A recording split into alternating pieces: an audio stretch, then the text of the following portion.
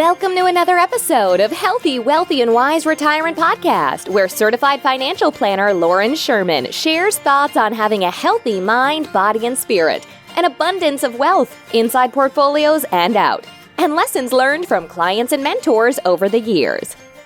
Welcome in and thanks for joining. To all of our new listeners and all of our loyal subscribers coming back for more, this is the Healthy, Wealthy, and Wise Retirement Podcast. As always, I'm your host, Lauren Sherman, and today we are going to head in a completely different direction. Up to this point, every episode I've recorded has been researched and written specifically with retirees in mind. This is still going to be my primary focus moving forward. With that said, consider this a one-episode break, as I'm going to speak to other financial advisors for the next 15 or 20 minutes. The reason I'm doing this is that I've had a lot of questions from other financial advisors about how to build their own advisory practice. What are the pros and cons? What variables do they need to consider, especially the variables that are not on everyone's radar? And simply how to stand out amongst a crowd that, let's be honest, from the consumer's perspective, sometimes financial advisors can all look relatively alike. While this is certainly a departure from most topics I cover, I thought that retirees might benefit from hearing this conversation as well. It's almost a little peek behind the curtain in a way, as most advisors never talk with their clients about why their firm is structured as it is, what their long-term vision looks like from the company's perspective, and so forth.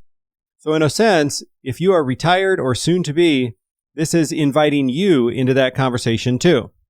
Before jumping into my list of questions, let me share a quick story that I heard probably 12 or more years back. This was when I was driving from appointment to appointment, so I had a lot of windshield time in my car. I was listening to a CD in which they recorded keynote speakers during a financial advisors conference. This particular speaker caught my attention as he was speaking mostly to the younger advisors who hadn't been in the business for decades like many others listening in the room. As a retiring advisor himself, he proceeded to tell his story, looking back upon his career. Most outside observers would say that the retiring advisor had a long, successful career. He had done a pretty good job, never gotten into any trouble, and served a fair number of clients over the years. But from his own perspective, he saw a career full of untapped potential. Memories of what should have been, or at least of what could have been. He saw a life where he always played it safe, never stepped out of his comfort zone, and never asked his clients, or himself for that matter, the really challenging questions, which are often the most important questions. But he wasn't looking for sympathy. Instead, this was a warning message to everyone listening who was on the same path as him, and that there was still time to steer their ship in another direction. This advisor was grateful for the career and the life he lived, but he also wanted his message to be clear. Don't retire with a tank full of untapped potential. Even though I wasn't there for his talk in person, the message reverberated through my car speakers just the same, and I promised myself that I would not let fear or worry get in the way of a big vision for the future. I say this even though at the time I wasn't even quite sure what my big vision would be. And of course, like any great lesson that can fade over time, I've had to remind myself of this message more than once. It's some of these old CDs and messages that I would listen to in the car that I think ultimately molded me to not only strive for my best, but also to challenge the status quo and take risks when appropriate.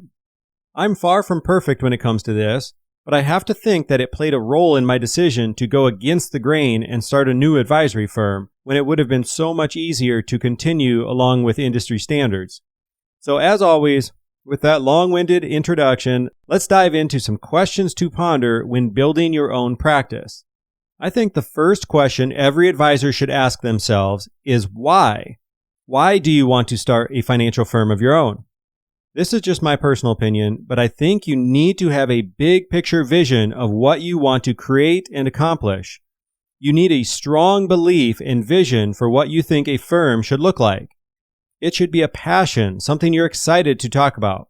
If your only answer is that you can cut out the middleman and it will increase profits, it's just my belief that this will be a short-lived practice and this is not near enough motivation to get through the tough times that often come in those earlier years.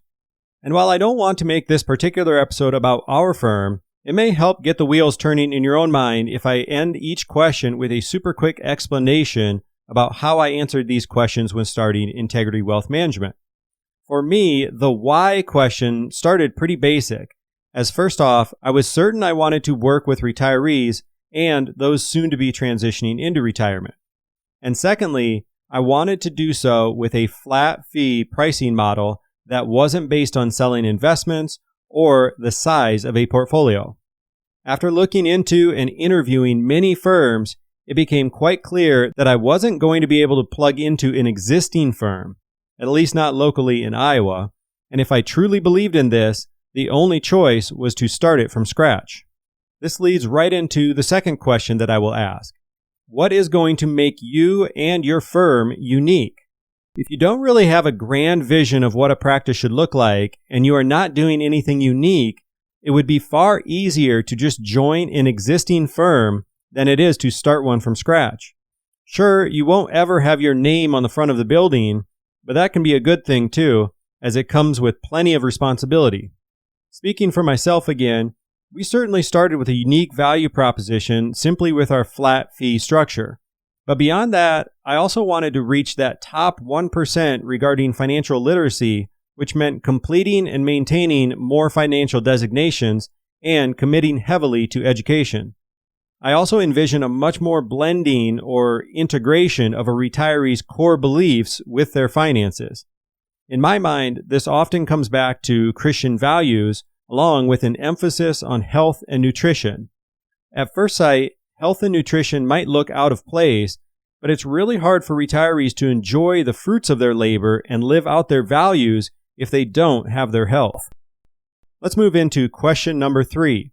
Piggybacking on this last question about what makes your firm unique, I think it's helpful to take this one step further and determine what niche you'd like to serve. There are many reasons that serving a niche, or niche if you pronounce it that way, can be a good thing for both you and your clients. You can get really good at knowing the nuances of their situation, and they get better quality advice and service because of it. Think about it for a moment. If 90% of your clients are in the same age range, have roughly the same amount of assets, maybe they have some of the same core beliefs because you get to know them before deciding if they would be a good fit for your firm. If all of these and perhaps more characteristics are at least similar, you know all of your clients will be dealing with relatively similar financial planning issues. If, on the other hand, you have clients from every state, every age, every asset level, and different beliefs on where a financial advisor adds value, that's going to be tough. You won't have a very repeatable business. You will constantly be learning information that will only apply to just one or a few clients, which isn't very efficient with your time or your client's time. One example that comes to the top of my mind is an advisor who spent endless hours learning about how they could set up a 401k plan for an owner's business. Not only did they spend an awful lot of time doing this when they could have been searching for new clients who already fit their skill set, but you are bound to make a few mistakes when you are first learning something.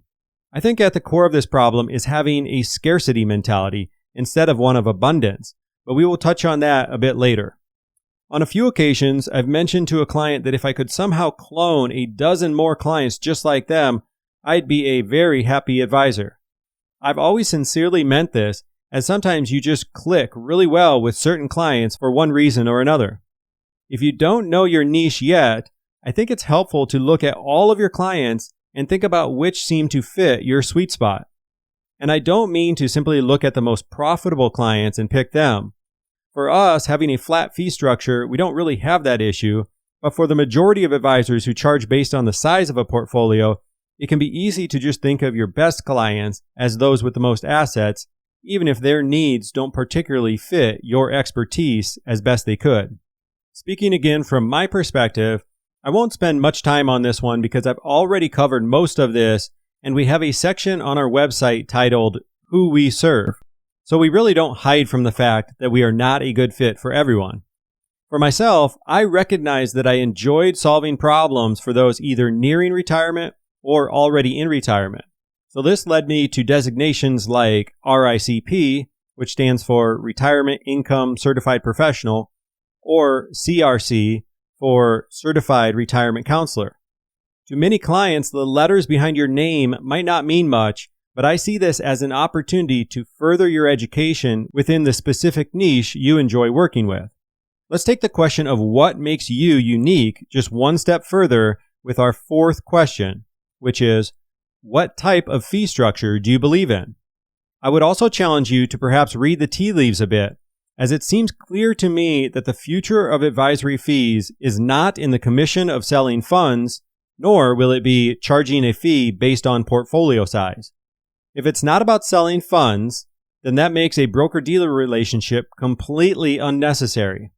If we are being completely honest, the broker-dealer model has been outdated for 10 years or more, but this industry is slow to change. I would not be shocked at all to see broker-dealers completely phased out over the next 10 or so years. Information is so readily available, and we live in a more transparent world, I just can't foresee a business model surviving long-term with the absence of any real value. And even though I mentioned that charging based on portfolio size will not be the future either, reporting statistics of financial advisor compensation show that it's actually less than 1% of total advisors offering exclusively a flat fee pricing model. Even accounting for those who offer a flat fee as an alternative, it's still less than 5% of all advisors. I say this because I think there is a huge opportunity to get ahead of the curve and price your services based on the time and value that you provide, rather than an arbitrary figure like the amount of assets in a portfolio. Let's all be brutally honest for a moment. Unless you're managing portfolios worth hundreds of millions of dollars, an extra zero or two makes almost no change in the level of sophistication or time and energy needed to do a great job. Another brutally honest moment. Pareto's principle, also called the 80-20 rule, this holds true across almost any industry. In short, this principle says that you will see 80% of the output, or the result, coming from just 20% of the input. In the financial advisory world, this means that for most advisors, about 80% of their income comes from 20% of their clients. I've heard many advisors say that it's actually probably closer to 90% coming from just 10% of their clients.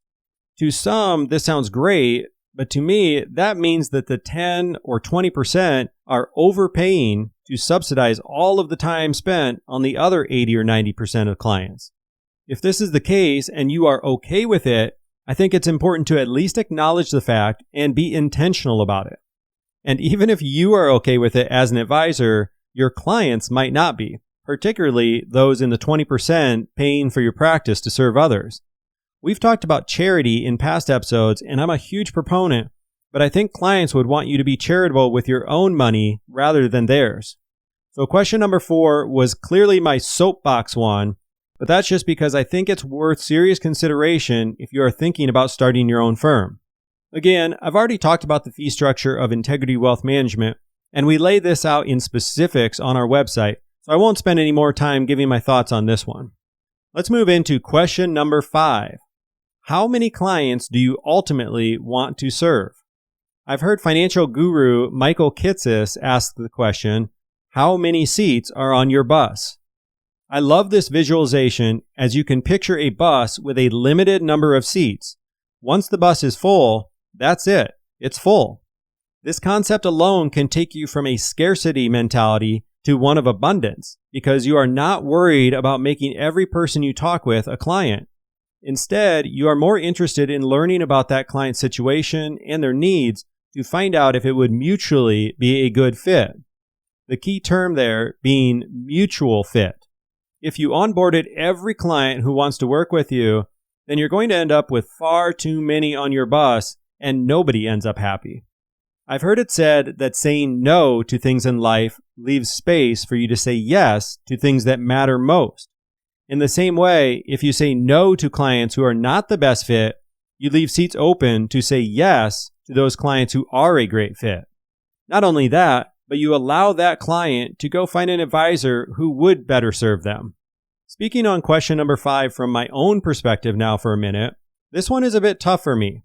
If you listen to Michael Kitces or other financial experts, they will typically offer a range from about 75 to 125 clients as maximum capacity for one advisor. Personally, I would prefer to stay on the lower end of this, perhaps even in the 50 to 75 range. With that said, having a great staff and an always improving lineup of technology, both of those could increase your target number of clients. I don't believe technology will ever be able to replace the advisor because, let's face it, there are always going to be human decisions that need to be made. But with that said, let's look at one activity that used to take advisors hours and hours to complete if they are doing so for many clients, and that's rebalancing portfolios. Let's say the market is cruising and going way up.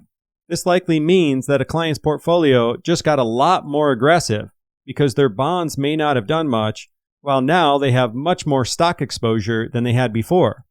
Leaning on technology, we can rebalance those portfolios back to their original pie chart in no time, which allows the advisor to spend more time on important tasks. That leads us perfectly into question number 6, which is, what technology do you plan to use? For many advisors, this could be a significant benefit to starting your own firm. If you are part of an organization right now, there is a good chance that they have a technology stack that you are required to use. This means you might be all right with 50% of the technology, but the other 50% doesn't add value and you are required to pay for it anyways. In some scenarios, they will let you use your own technology outside of that stack if it's paid for on your own dime, but other times this causes a compliance issue and you are stuck with whatever they have given you access to. This can be frustrating as mid to larger firms tend to be very slow when making technology upgrades. When they have to make the change for a lot of advisors, it's just much easier for the company to keep the status quo and continue using outdated technology. I've lived through this frustration myself, and the funny thing is, once it becomes so overwhelmingly obvious that an upgrade is needed, the technology they upgrade to is already on its way out to being outdated itself. Having your own firm allows you to be nimble. You can quickly test new technologies and implement them if they are valuable and get rid of them if they are not. Another huge benefit of taking control of your technology stack is that you can get rid of the dinosaurs that no longer provide value to your clients. I see financial firms still paying a fortune for performance reporting technology. Not only is there very little value to this technology, but you could easily argue that there is a net negative impact overall. From the advisor's standpoint, they are paying for something that produces absolutely zero forward-looking value for a client's portfolio. If you are an advisor and you are making changes to a portfolio based on past performance, it's time to take a hard look at decades of research that clearly shows this doesn't work. Further, it gets your clients focused on the wrong things.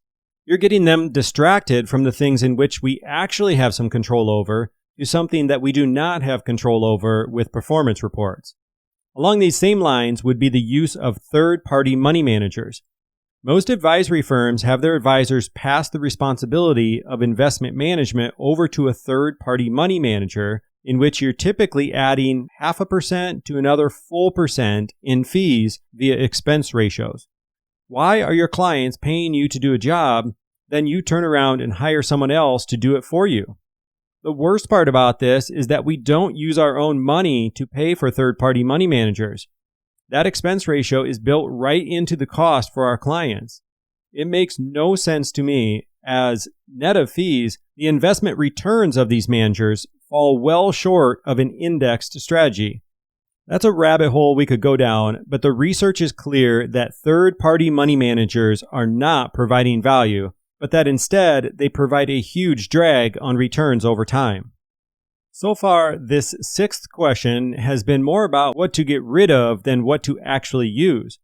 There can be a lot of value in trimming the fat, but I will give you a quick list of some of the technology we currently use to help with your own brainstorming.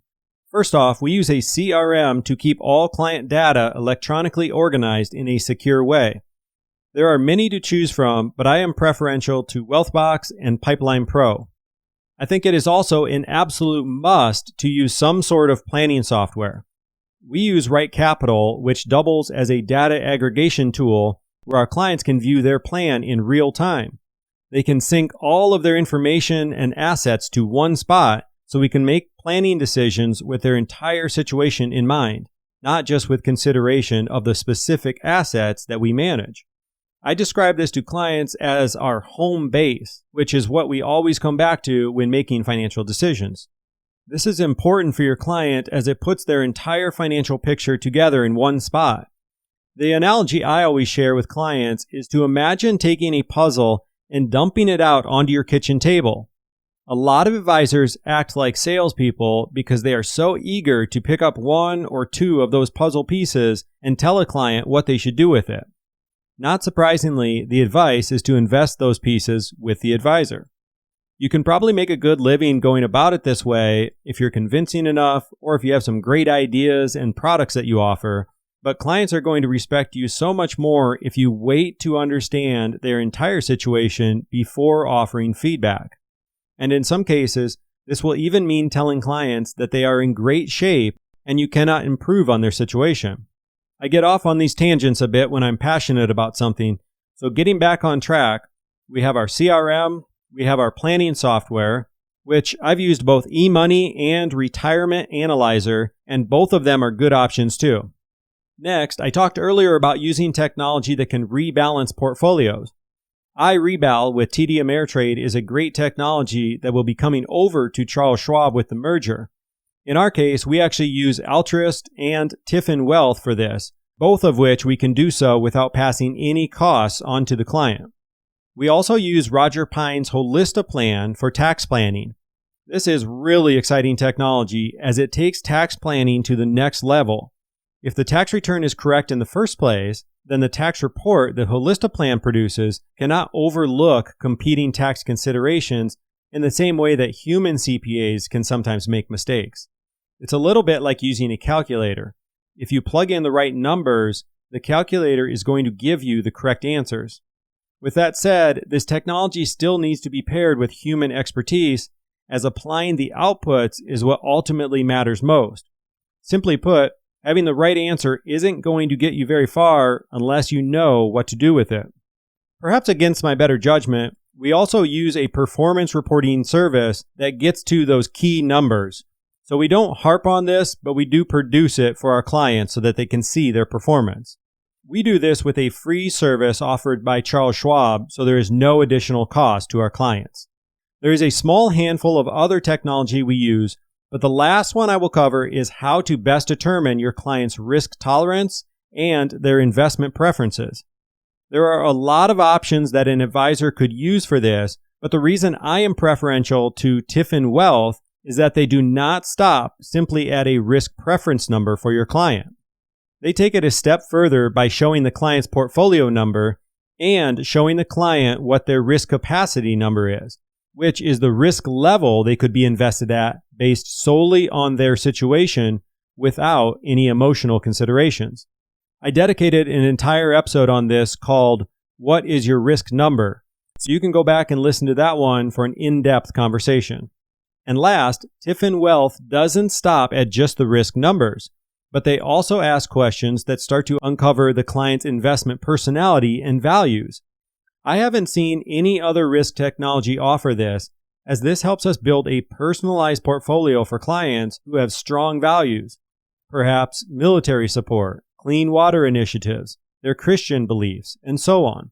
These can be reflected in the portfolios we build and invest in.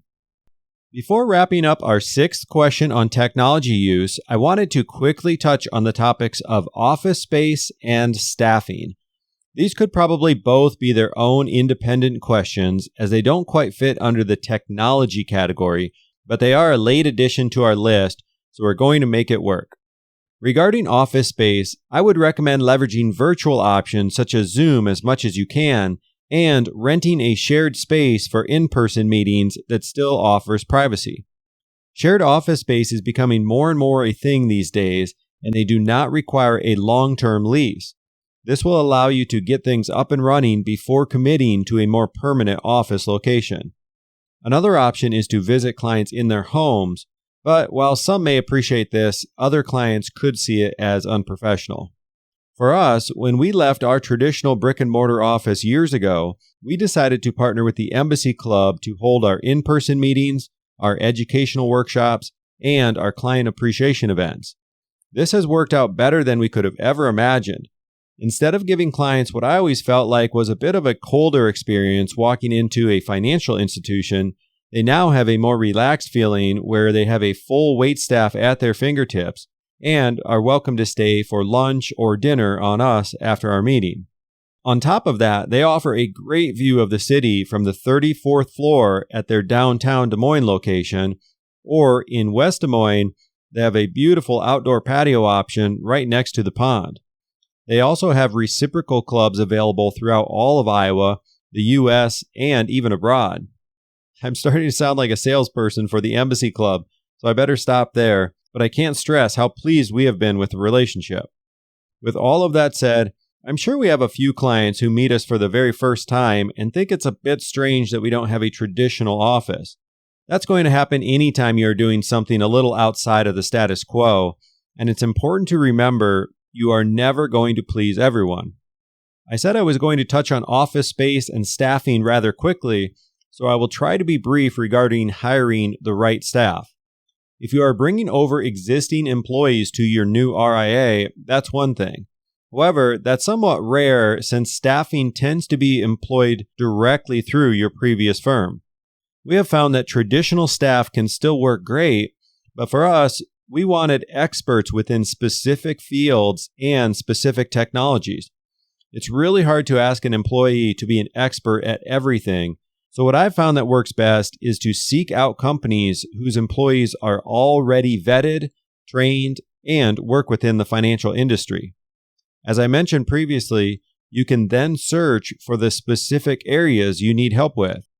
Maybe this is someone who is client-facing, and the biggest quality you are looking for is just someone who is polite, dependable, and good in conversation. You may also look for someone to analyze tax returns or run financial planning software. This person still needs to be dependable, but it might be important that they have a strong analytical mind and are detail-oriented. If you hire 4 different employees for just 10 hours each per week, you are effectively paying the same as you would one full-time employee, but they are able to be so much more efficient as they are experts within the specific field you need them to be. Not only that, but they are doing the same work on a part-time basis for other financial advisors, so they continue to get better and better at what they do when that is their sole focus. From my experience, they can even share feedback of what other advisors are doing that may give you some new ideas. I will stop there, but don't hesitate to reach out to me if you'd like to hear more about how this works. All right, after that long one, we are going to zip right through number 7. This one is more of a statement than it is a question. Let's all do ourselves and our clients a favor and stop acting like investment management is our biggest value that we offer. Investment management has become more and more commoditized. All of the top advisors acknowledge that it is not their job to time or beat the market, and you are not creating alpha for your clients by trying to do so.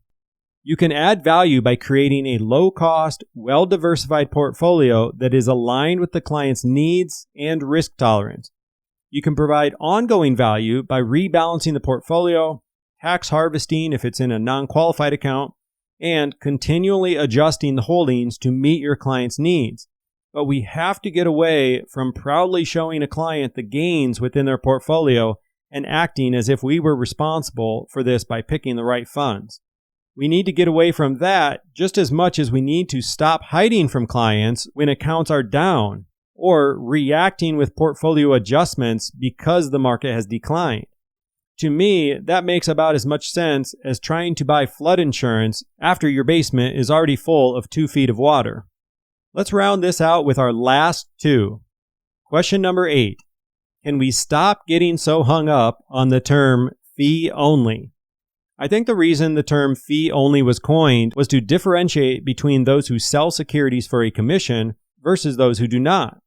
Further, the fee only advisor represents the client, while the flip side of that would be the advisor required to represent the best interests of their broker-dealer instead of their client. The problem is that there is a huge number of advisors who are neither fee-only nor salespeople who represent a broker-dealer.